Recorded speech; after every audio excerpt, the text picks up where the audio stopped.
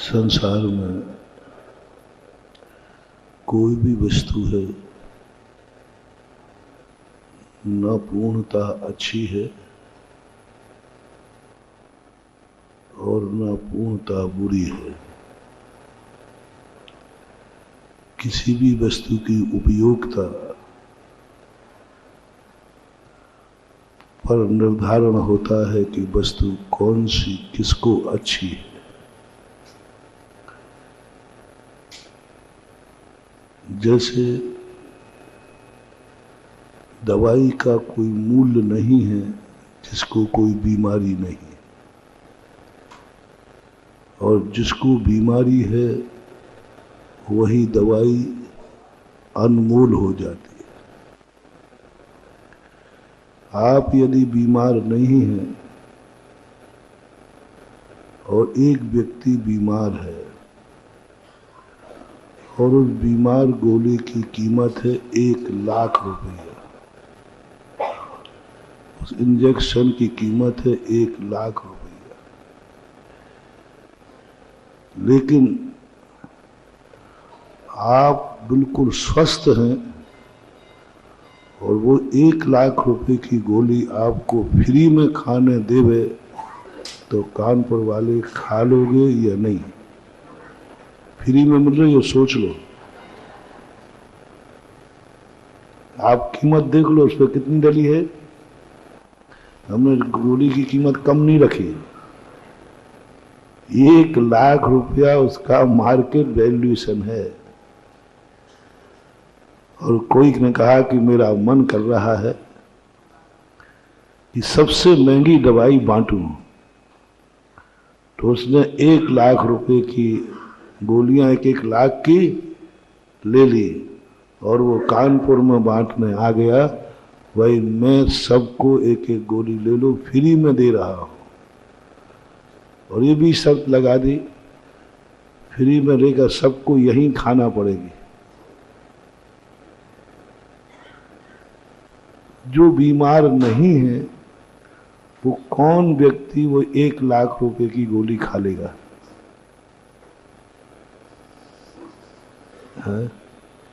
लाख की नहीं, करोड़ की हो तो भी नहीं खा। उसका मूल्य कितना फोकट में दे रहा है, तो भी हमारी दृष्टि में उसका कोई मूल्य नहीं। वो जहर है, वो दवाई नहीं है, वो जहर है। और जिसको बीमारी हो उसको वही गोली 2,00,000 में ब्लैक में मिले तो भी वो लेने में पीछे नहीं।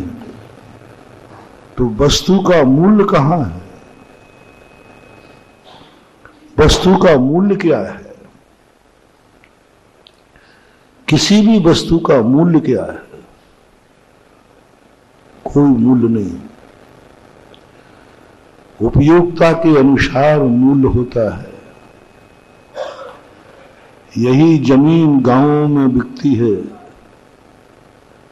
100 रुपया फीट की कीमत नहीं है। वही जमीन कानपुर के मेन बाजार में हो तो जमीन एक ही है कि नहीं? उपयोगिता। आपके जीवन में क्यों नहीं सबसे बड़ी चीज समझ पा रहे हैं कि आप अपने जीवन की उपयोगिता नहीं समझ पा रहे। दो चीजों से दुनिया अनभिज्ञ है। एक तो वस्तु की उपयोगिता नहीं समझता। बिना उपयोग की वस्तु मिलती है तो कहता है खा लो, ले लो, उपयोगिता कुछ नहीं,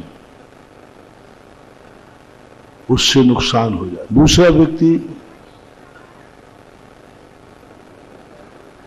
स्वयं को नहीं समझ पाता है कि मुझे किन किन चीजों की उपयोगिता है और दुखी होता रहता है।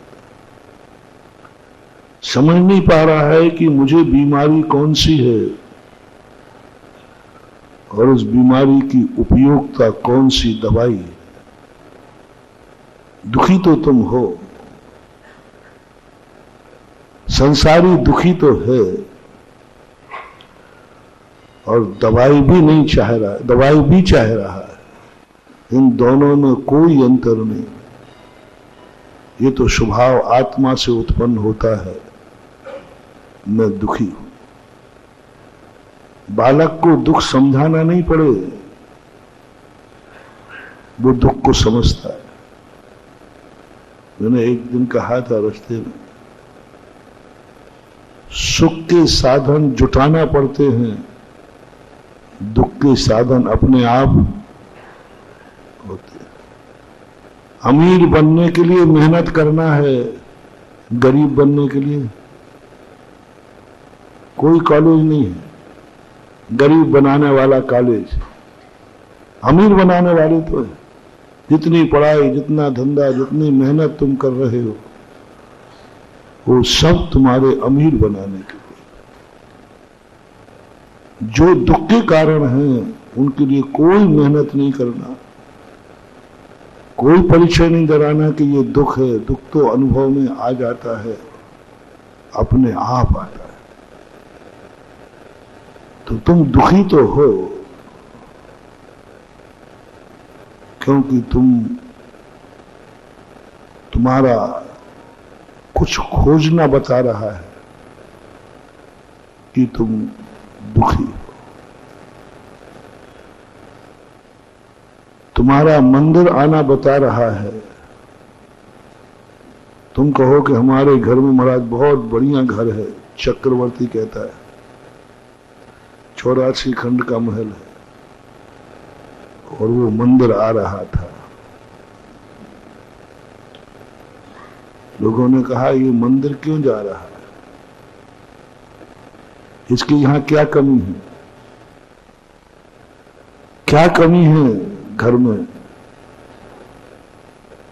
अब ये आप नहीं जान पाओगे, क्योंकि आप किसको मानते हैं? सब कुछ धन है, दौलत है, परिवार है, स्वस्थ है, सब कुछ तो है। तो अज्ञानी कहता है मंदिर जाने की क्या जरूरत, मेरे पास जो चाहिए था सब कुछ है। इसलिए जितने बड़े आदमी होते हैं बहुत है, पूरे 100% नहीं, 75-80% बड़े आदमी धर्म नहीं करते। वो कहते क्यों करूं, मेरे यहां क्या कमी है। धर्म वो करें जो गरीब हो, धर्म वो करें जो दुखी हो, धर्म वो करें जिनके पास कुछ नहीं हो। उनका तर्क सही है।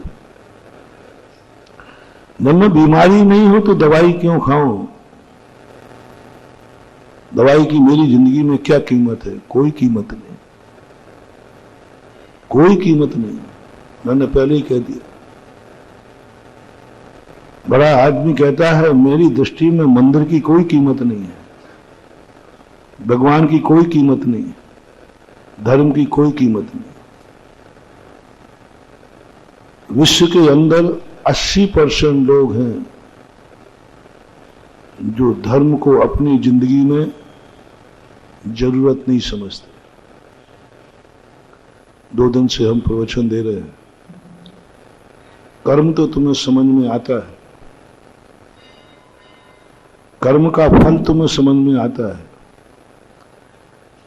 कर्म करने की बात कहें तो तुम्हें समझ में आती है।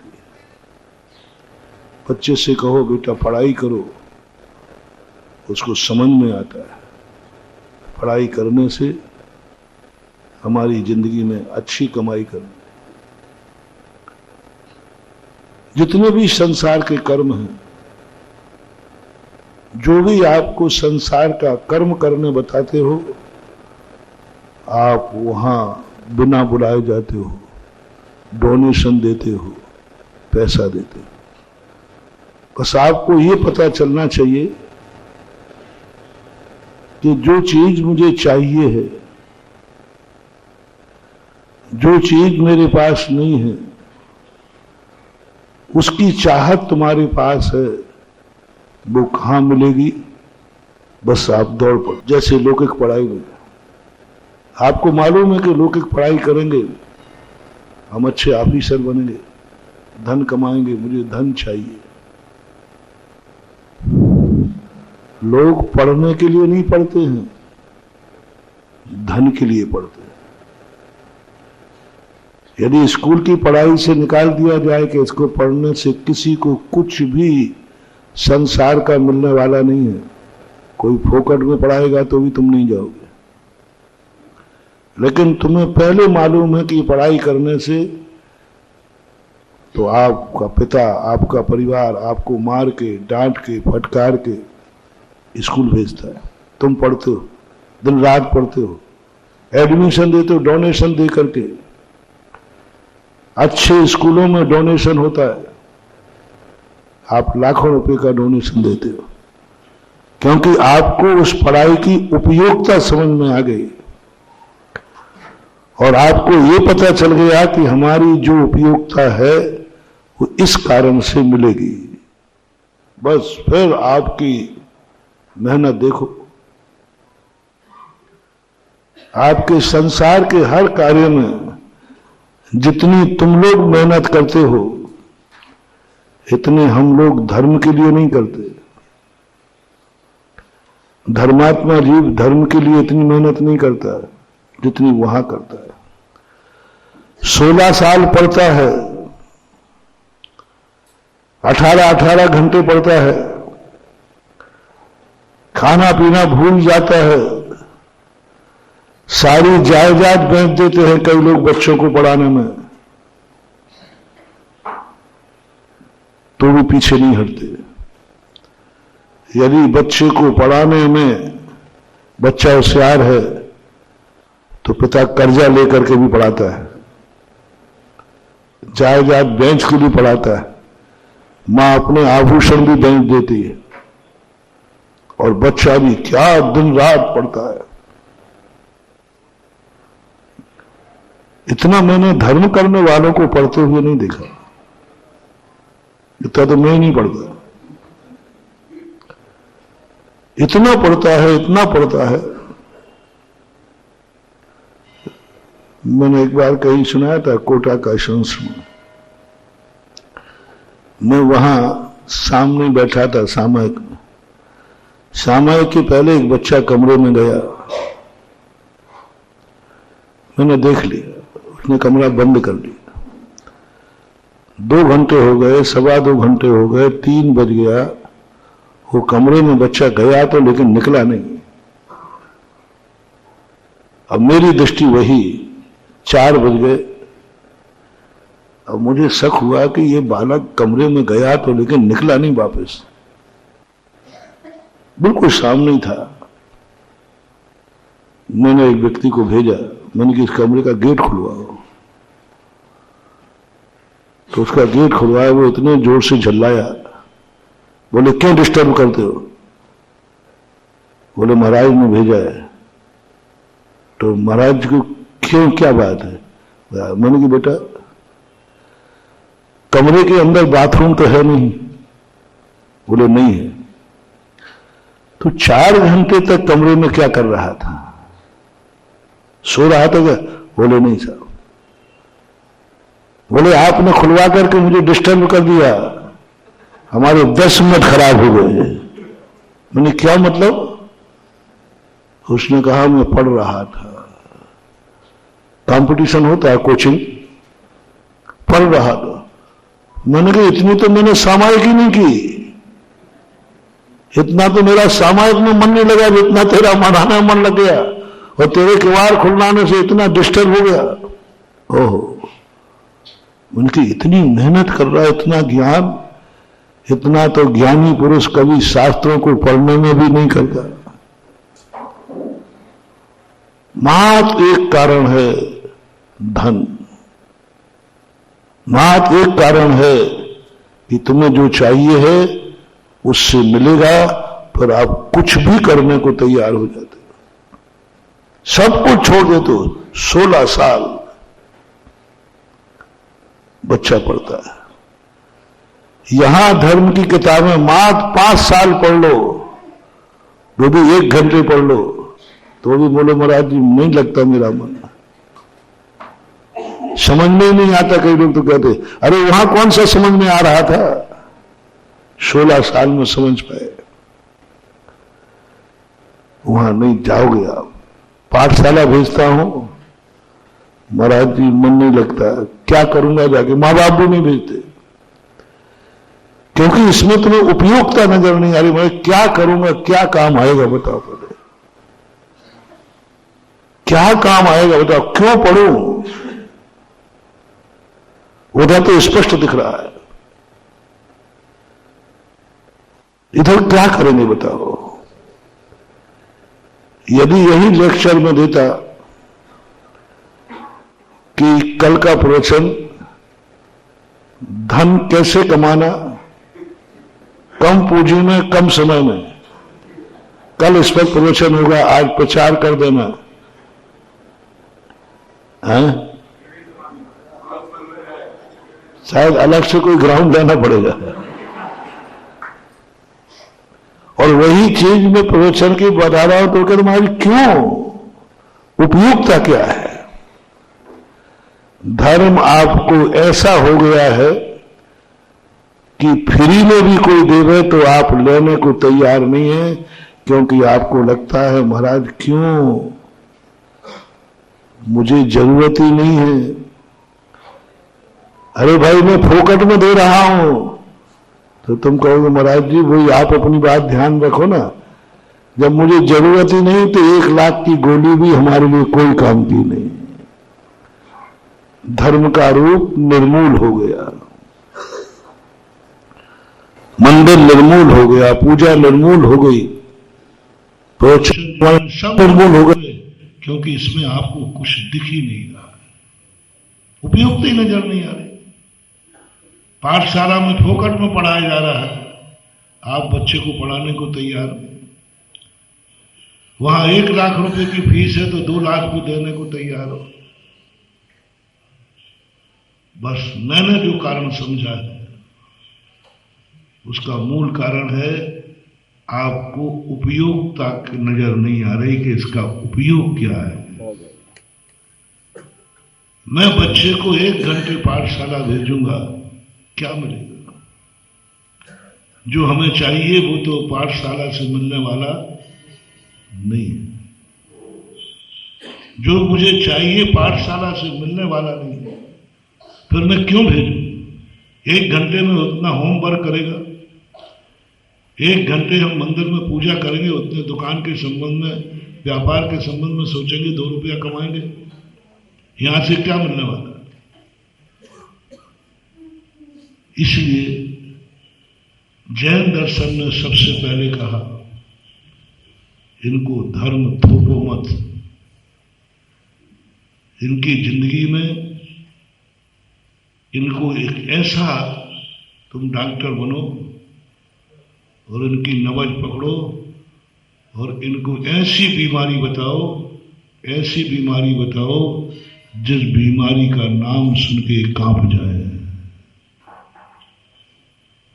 तो महाराज आप झूठी बीमारी बताओगे अपनी दवाई बेचने के लिए?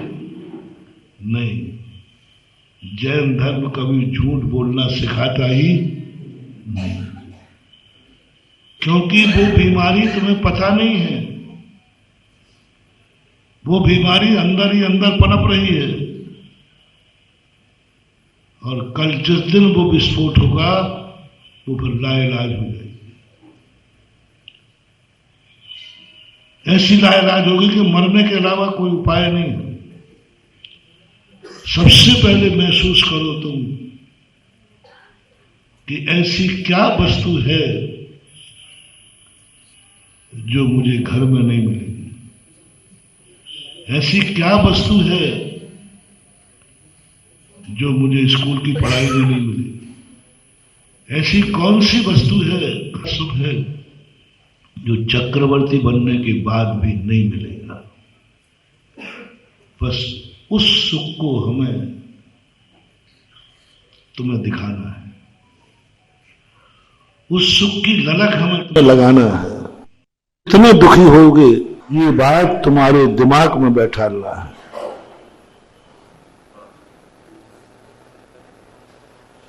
एक बार यदि ये बात तुम्हारे दिमाग में बैठ जाए फिर तुम मंदिर को अनमोल कर दोगे। कुछ मिटा दोगे, जो कहेगा वो कर लोगे, जो कहेगा बस उपयोगिता। ये साधु लोग इतना कष्ट क्यों उठा लेते हैं?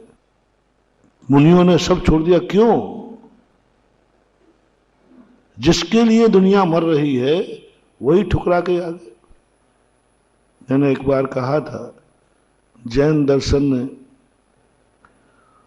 वो सारी चीजें अपने भक्त को छुड़ाई जिसके लिए सारा संसार मरता है, जिनको पाने के लिए मरता है, जिसके मिलने पर खुशी है, जिसके मिलने पर तुम सुख हो, वही गिन गिन करके भगवान महावीर ने अपने शिष्य को कहा कि ये चीज के बिना तुम सुखी होके दिखाओ।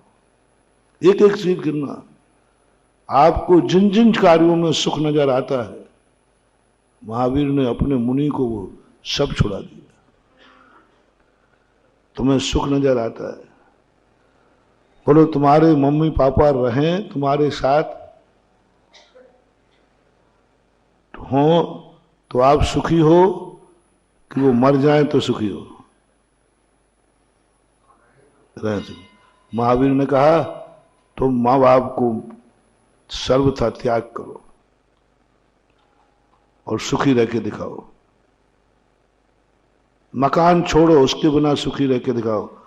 धन छोड़ो, सुखी रह के दिखाओ। तुम रोटी खाने में सुखी हो, और ने कहा तुम उपवास करके सुखी दिखाओ। तुम्हारे कारण से हमें ये दुख है, मालूम आपको? क्योंकि तुम्हारा नेचर है दुनिया का, दुश्मन के पास जो चीज है उसके बिना तुम कुछ करके दिखाओ। तुम ग्रस्त संसार परमार्थ का दुश्मन है। तुम्हें जिन जिन चीजों में सुख नजर आ रहा, हमारी लिस्ट बनी नहीं थी, हमें इतने कष्ट उठाने की जरूरत नहीं थी जितने कष्ट हम मुनि पद को उठाते हैं। इसकी बदौलत है आप लोग, क्योंकि आप जिन जिन चीजों में सुख मानते हो, महावीर ने वहीं लगा दिया, इसी को तुम्हें दुख मानना है। बस गिन लेना, आप एक एक चीज गिनना। जिन जिन चीजों को आप ग्रस्त लोग, संसारी अज्ञानी सुख मानता है, ये मिल जाए तो मैं सुखी हूं। महावीर ने कहा मेरा शिष्य बनना है? बोले हाँ। तो जिन जिन चीजों को संसारी व्यक्ति सुखी मानता है, उन सब चीजों को तुम दुख का कारण मानो। अब तुम क्या क्या सुख का कारण मानते हो, वो सब मुझे छोड़ना पड़ेगा, सब छोड़ना पड़ेगा। तुमने कहा कि ठंड लग रही है तो क्या सुख का कारण है? रजाई। महावीर का छोड़ रजाई। यदि तुम सुख का कारण नहीं मानते तो शायद एक रजाई का इंतजाम महावीर। एक एक गिन करके मैंने मुनि की पूरी चर्या और आप लोगों की पूरी चर्या देखी, सब उल्टा है। तुम्हें भोजन अच्छा मिल जाए तो मजा आ जाए। तुमने कहा, महावीर कहते जिस दिन भोजन नहीं मिले उस दिन तुझे आनंद आना चाहिए, उपवास के दिन। सब चीज देखो, आपको बढ़िया गाड़ी हो तो आप सुख हो। महावीर ने तू बिना गाड़ी के सुख दिखा। तुम्हें बढ़िया जूते पहनने मिल जाए, हाँ बढ़िया मिल गए, 5,000 10,000 के।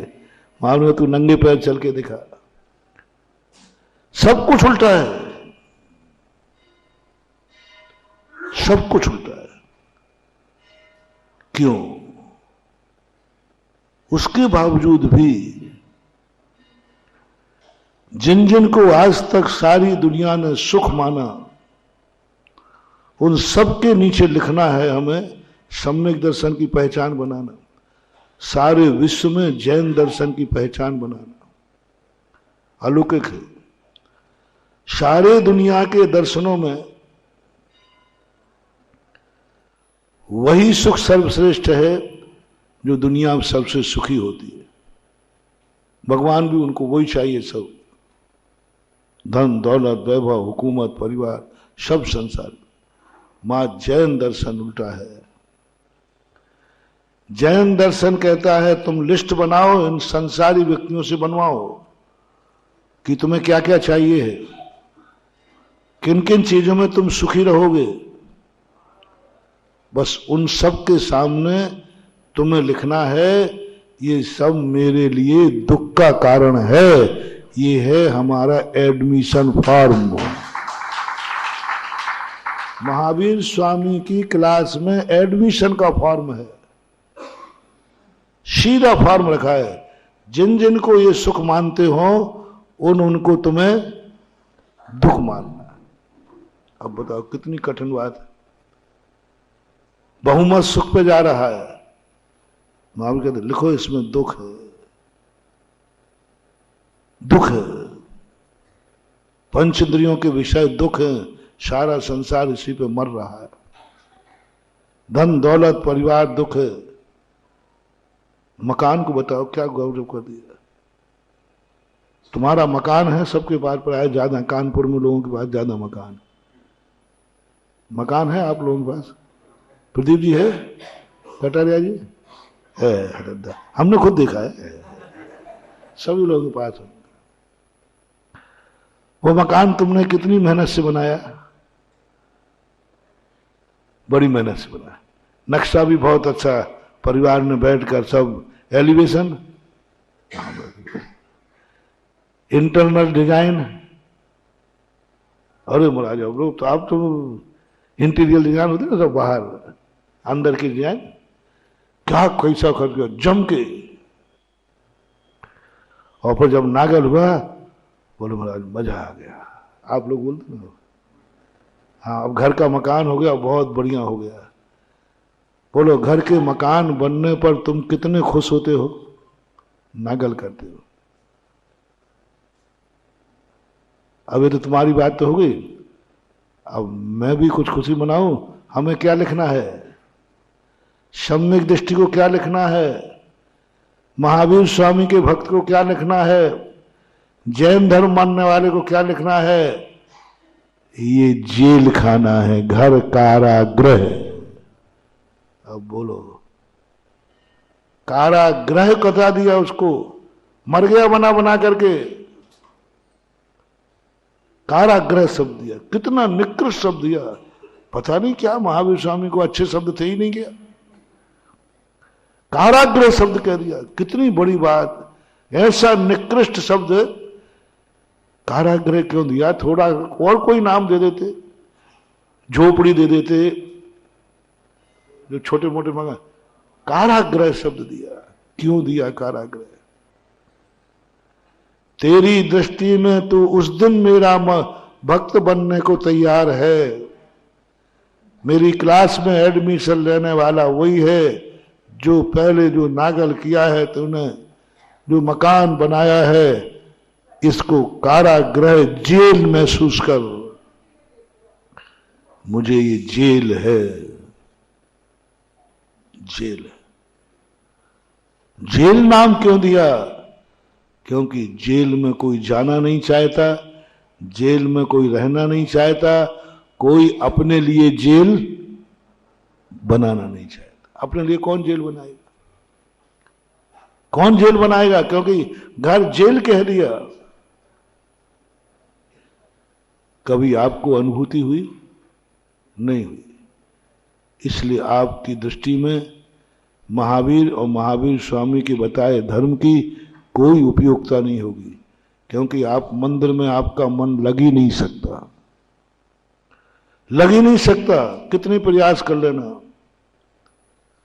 मन तुरंत कहेगा मंदिर में बैठ के क्या करोगे, घर चलो, क्योंकि वो घर है,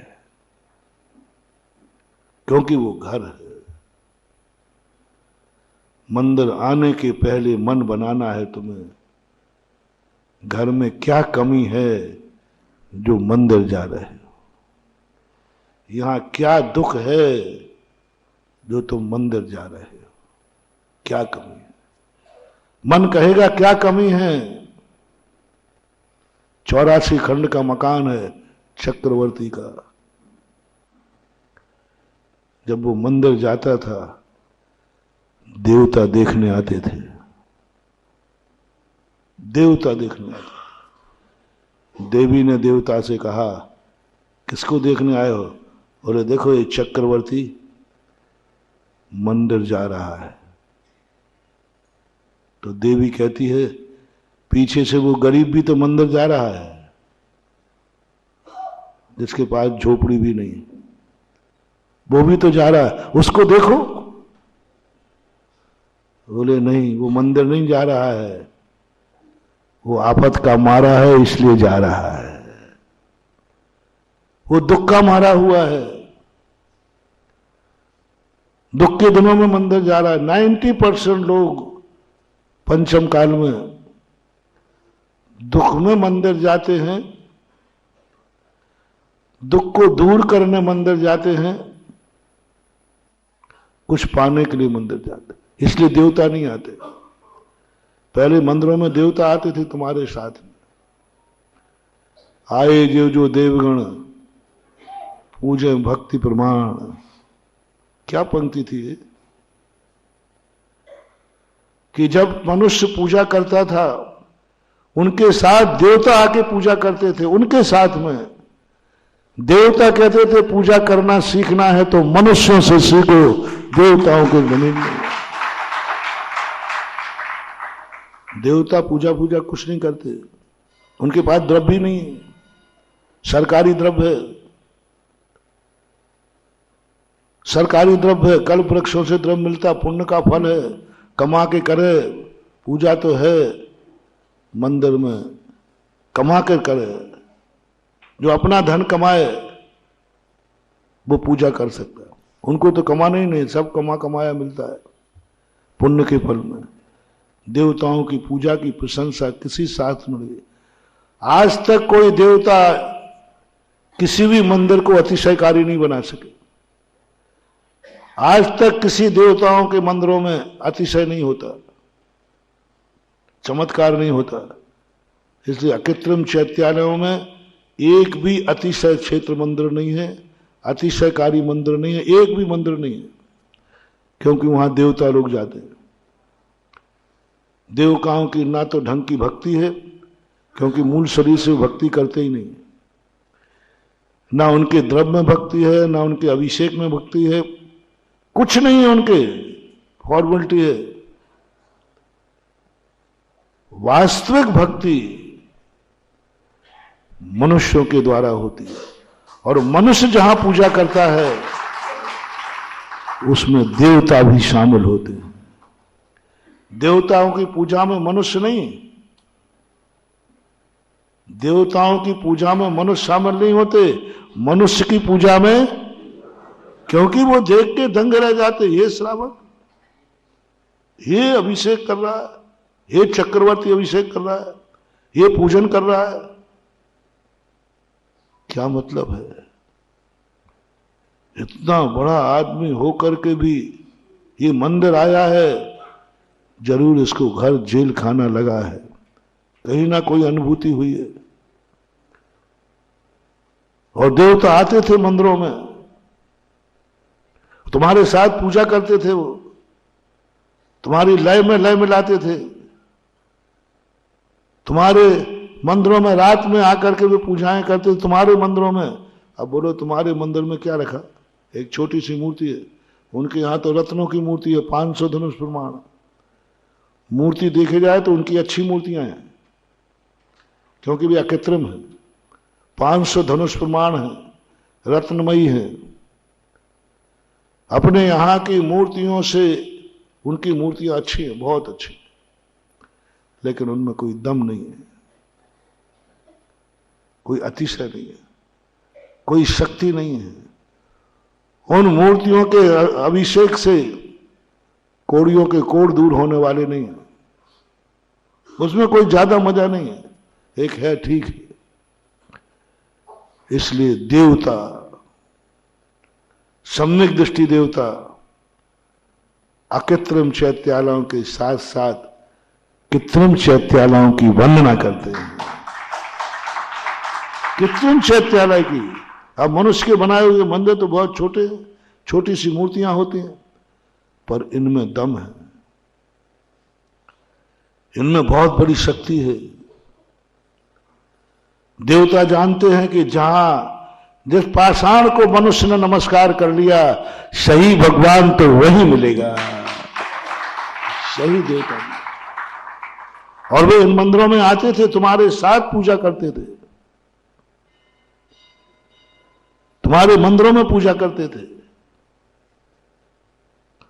क्योंकि मनुष्य की भक्ति से मंदिर अतिशयकारी बनते, अतिशय क्षेत्र बनते, अतिशय होता है। क्यों क्यों आते थे देवता, आज क्यों नहीं आ रहे? क्योंकि पहले जो मनुष्य पूजा करते थे, पुण्य को पाप के समान मान करके पूजा करते थे। 6 खंड के महल को तो जेल मानते थे और 1 खंड के मंदिर को अपना घर मानते थे। संसार के सुख जितने हैं उनको तो मानते थे कि विष मिश्रित पकवान हैं, मधु लिप्त कृपाण हैं। वास्तविक सुख तो आत्मा का सुख है, ये मानते थे। अनुभव में छोड़ नहीं पाए, लेकिन श्रद्धा में आ गया, जिन जिन को मैं सुख का कारण मान रहा हूं ये सब दुख है। सम्यक दर्शन क्या है? त्याग नहीं करना, किया भी नहीं। सम्यक दर्शन में निकांक्षित अंग के अंदर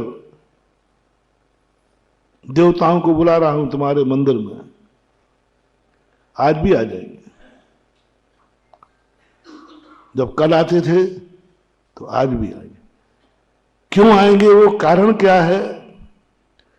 क्योंकि आज मंदिरों में सम्यक दृष्टि देव मनुष्य पूजा नहीं करते, मिथ्या दृष्टि पूजा करते।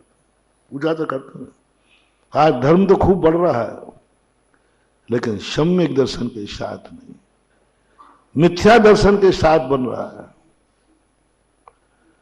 सम्यक दर्शन के साथ पढ़ने वाला व्यक्ति का अर्थ मत समझना कि त्यागी है, पर वो क्या मानता है, उसकी परिणति क्या होती है। कर्म परवशे शांति दुख हिरंतोदय पाप बीजे सुखे नास्ता श्रद्धाना कांक्षण स्मृता। ये जो मैं जिसे सुख का कारण मान रहा हूं, ये सब दुख में वा दुख ही है, दुख के बीज है, दुख के बीज है। सम्यक दर्शन की अनुभूति जिसे तुम पूछते हो कि सम्यक दर्शन क्या है महाराज, आप लोग कहते हो, बहुत कठिन है, बहुत कठिन है, बहुत कठिन है सम्यक दर्शन। चारित्र रहना इतना कठिन नहीं है। तुम चारित्र को कठिन मान रहे हो, मैं सम्यक दर्शन को कठिन बता रहा हूं। इतनी अनुभूति करना है, पुण्य कर्म के उदय से जो तुम्हें मिला है उसको पाप का बीज मानना है, दुख मानना है। क्वेश्चन दे रहा हूं आपको, जो तुम्हें मिला पाप का बीज मानना है, दुख का दुख मेववा, अनुभूति में लाना, छोड़ना नहीं। यानी जो तुम्हारा मकान बना है ये सुख के लिए बनाया है या जेल बनाया है? कभी तुम्हें अपने घर में कभी अनुभूति हुई हो ये मकान नहीं है, ये जेल है और बस मैं अच्छा अपराधी हूं? अच्छा अपराधी कौन है? देखो, सम्यक दृष्टि रहेगा घर में, चिंता नहीं करना, हम घर नहीं छाक कर आएंगे। बस तुम तो एक बार कह दो कि भाई आज के बाद जो तुम सम्यक दृष्टि कोई हो तो आपके जिनका नया मकान बने वो कार्ड पर लिखवाएं जेल का नागल। बोले किसके जेल का? स्वयं के। तो अपना नाम लिख देना, फलाने अपराधी के लिए मैंने स्वयं अपना जेल बनाया है और जेल का नागल है। ऐसा कार्ड आ जाए शायद उस नागल में कहो मैं भी आ जाऊं। तुम घर का नागल कर रहे हो, तुम मैं जेल के नागल में आऊंगा।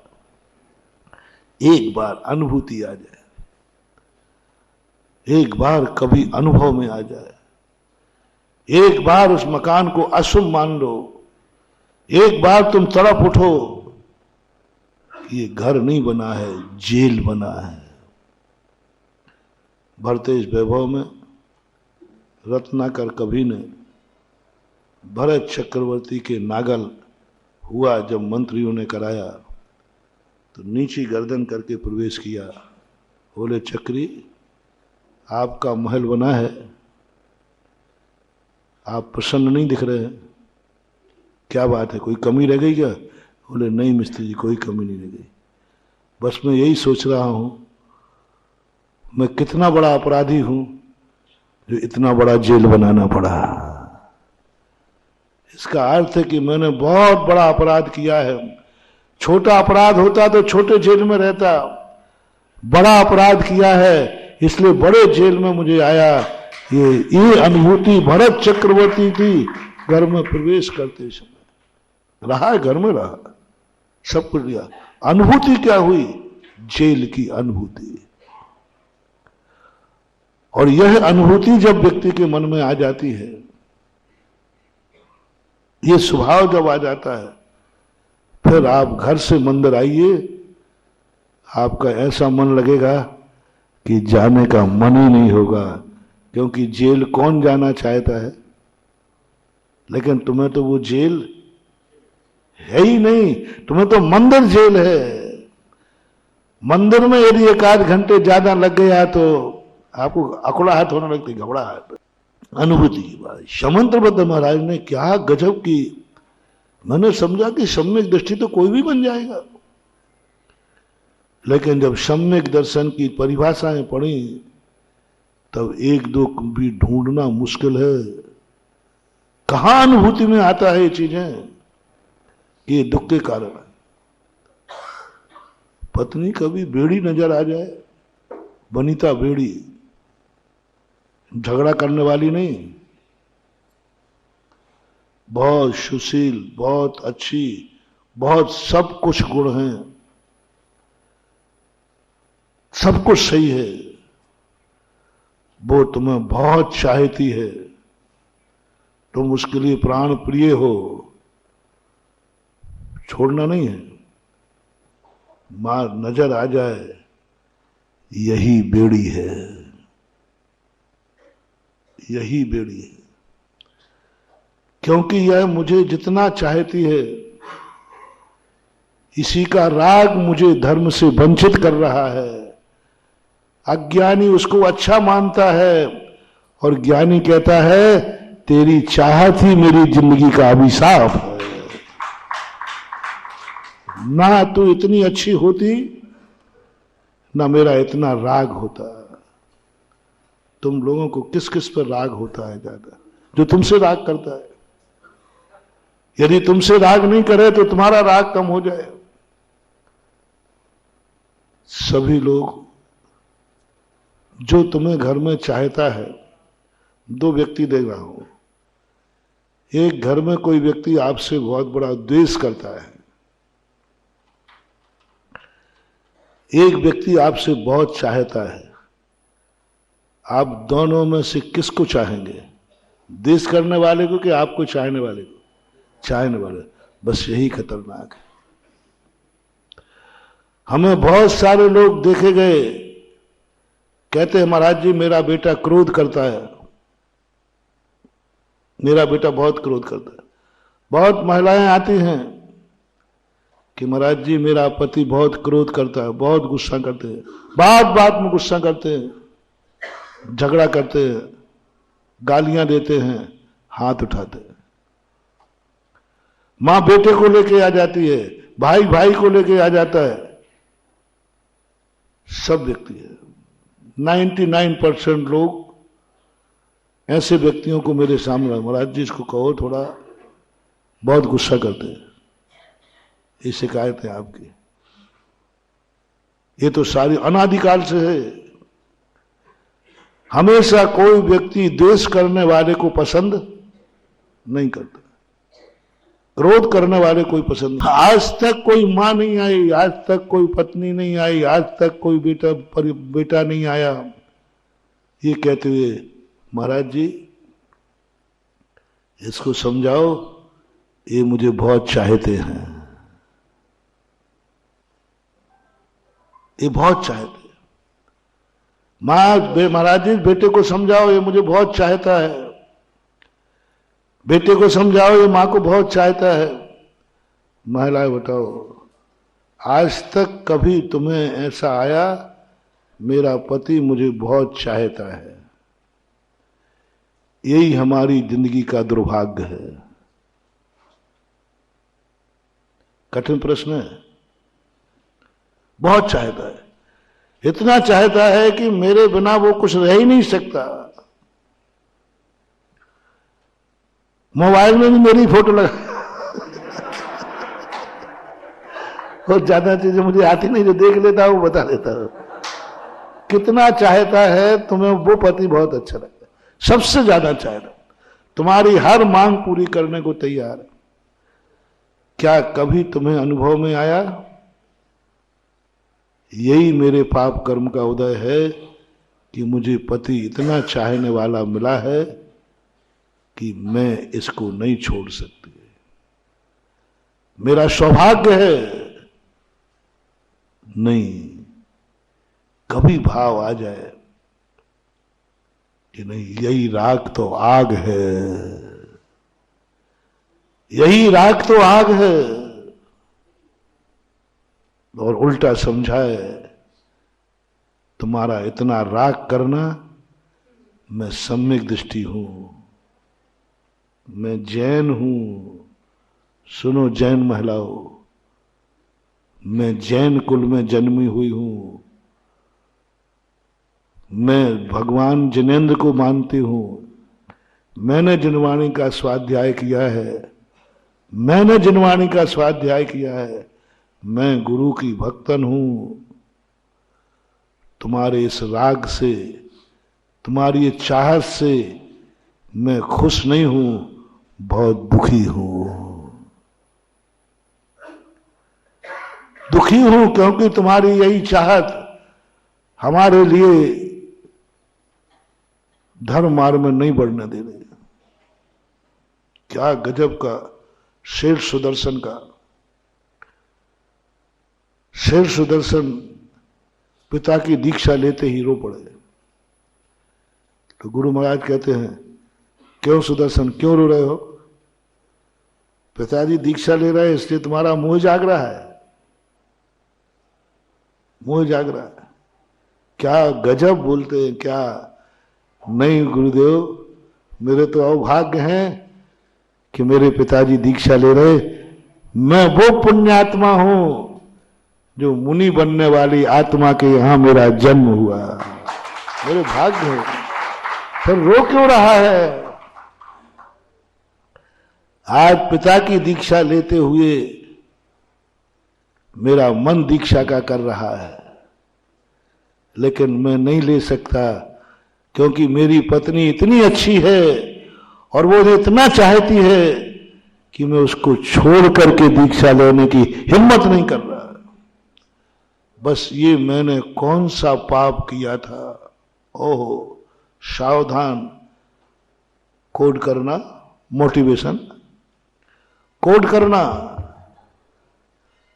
वो कहता है, गुरुदेव मैंने ऐसा कौन सा पाप किया था जो मुझे इतने चाहने वाली पत्नी मिली, इतनी अच्छी पत्नी मिली, इतनी सुशील पत्नी मिली। आज मात उसका राग ही मुझे दीक्षा से रोक रहा है, इसका मेरे बाद क्या होगा? ये तो मेरे बिना जी नहीं सकेगी, रह नहीं सकेगी, ये मेरे बिना जी नहीं सकती, जो इतना चाहती है मुझे। मर जाएगी महाराज यदि मैंने दीक्षा ले लिया तो, ये जी नहीं सकती। सुदर्शन सेठ उसे क्या मान गया? ऐसा परिवार का सदस्य तुम्हारा हो तो तुम उसे पुण्य का उदय मानोगे कि पाप का? आप लोग बोलो बोले थे। पुण्य का उदय मानेंगे महाराज। ऐसी सम्यक दृष्टि की अनुभूति, अपने मुंह से कहता है मैंने ऐसा क्या पाप किया भगवान कि मुझे ऐसे चाहने वाली पत्नी मिली जिसका राग मुझे दीक्षा से रोक रहा है। महाराज के ये शब्द सुनकर, गृहस्थ के मुख से ये शब्द सुनकर हम लोगों का आनंद उमड़ पड़ता है। यह है सम्यक दृष्टि जी। तुरंत महाराज कहते सेठ सुदर्शन, तेरे सम्यक दर्शन का प्रमाण पत्र मिल गया, तू सम्यक दृष्टि है, जा बहुत जल्दी तुम दोनों दीक्षा लेकर और तुम मोक्ष जाएगा। पुण्य के उदय में पाप की अनुभूति करना है महानुभाव। आज बहुत बड़ा प्रवचन का पॉइंट निकला है। पाप कर्म के उदय में तो अपन ने अनंतों बार दुख का अनुभव किया।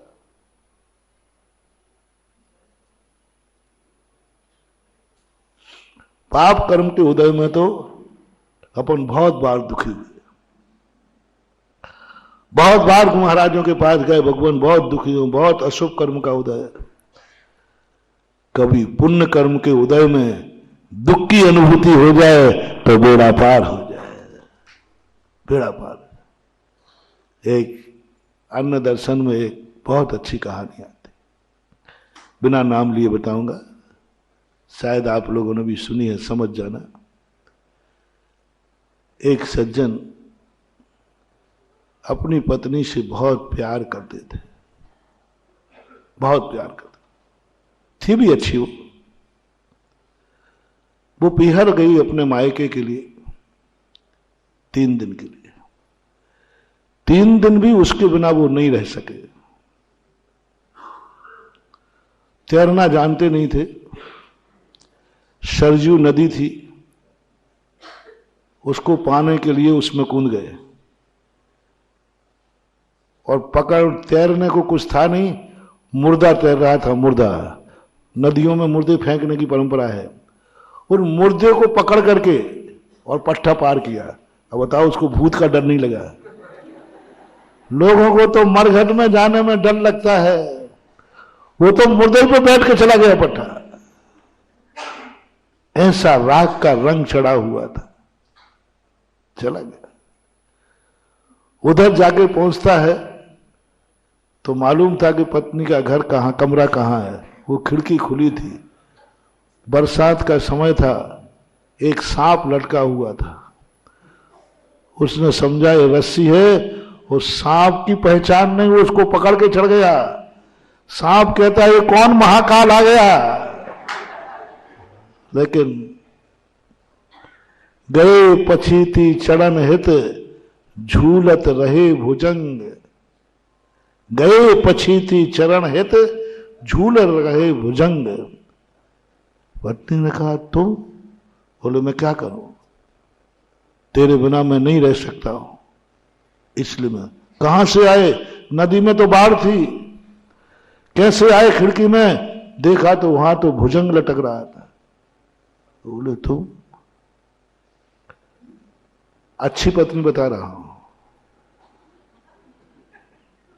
यदि तुम्हारा पति इतना करके आवे तो तुम्हें कितनी खुशी होगी। आहा, मैंने कितने पुण्य किए हैं कि मेरा पति मुझे इतना चाहता है। यदि ये भाव तुम्हारा आ जाए, समझ लेना तुम एक दूसरे के बैरी हो, जो दूसरे को डूबोगे और तुम भी डुबाओगे। यदि तुम्हें ये भाव आ जाए कि देखो मेरा पति क्या बोलती हो, उसने समझा कि इतना प्यार हम दिखाएंगे तो ये बहुत खुश होगी कि मुझे कितना चाहते हैं। आप लोग बहुत सारे कई बार नाटक करते हो एक दूसरे को फोन करके, तो पता अरे राम कितना चाहते, देखो 2 मिनट में फोन आ गया। ये सब नाटक आप लोग करते रहते हो सब, और सामने वाला भी खुश रहता, देखो मुझे कितना चाहता है। बेटा अभी स्टेशन पर उतर ही था, फोन आ गया, ओहो मेरा बेटा बहुत चाहता है, मेरा पति बहुत चाहता है, लेकिन सम्यक दृष्टि महिला, होनहार महिला, जन्म जन्म की हितैषी महिला, जन्म जन्म का हित करने वाली महिला खुश नहीं हुई और क्या बोलती है, दिक दिक दिक मोह प्राण प्यारे, हाड़ मास अति नीरस मारे, इतना प्रेम जो की नहीं रामा, ते सुधरई तेरे सब कामा। जितना राग तुम मेरे से कर रहे हो, इतना राग भगवान से कर ले तो तुम्हारा बेड़ा पार हो जाता। क्या फटकार लगाई, क्या फटकार लगाई उसने, मुर्दे को पकड़ के आ गए, प्राणों की चिंता नहीं, भुजंग को पकड़ के आ गए। मैंने कौन सा पाप किया है जो इतना चाहने वाला पति मुझे मिला है। बहुत बड़े मेरे पाप कर्म का उदय, क्या बोर हुई है और क्या धिक्कारा है। पत्नी की फटकार से उसी खिड़की से कूद करके वो भारत के इतने बड़े संत बने, प्रवचनों से नहीं। मैं इसलिए कह रहा हूं कि इन कानपुर वालों पर मेरा प्रभाव नहीं पड़ेगा, तुम्हारा पड़ेगा, क्योंकि ये तुम्हें ज्यादा चाहते हैं, इसलिए थोड़े से धर्म की धार में आ जाए।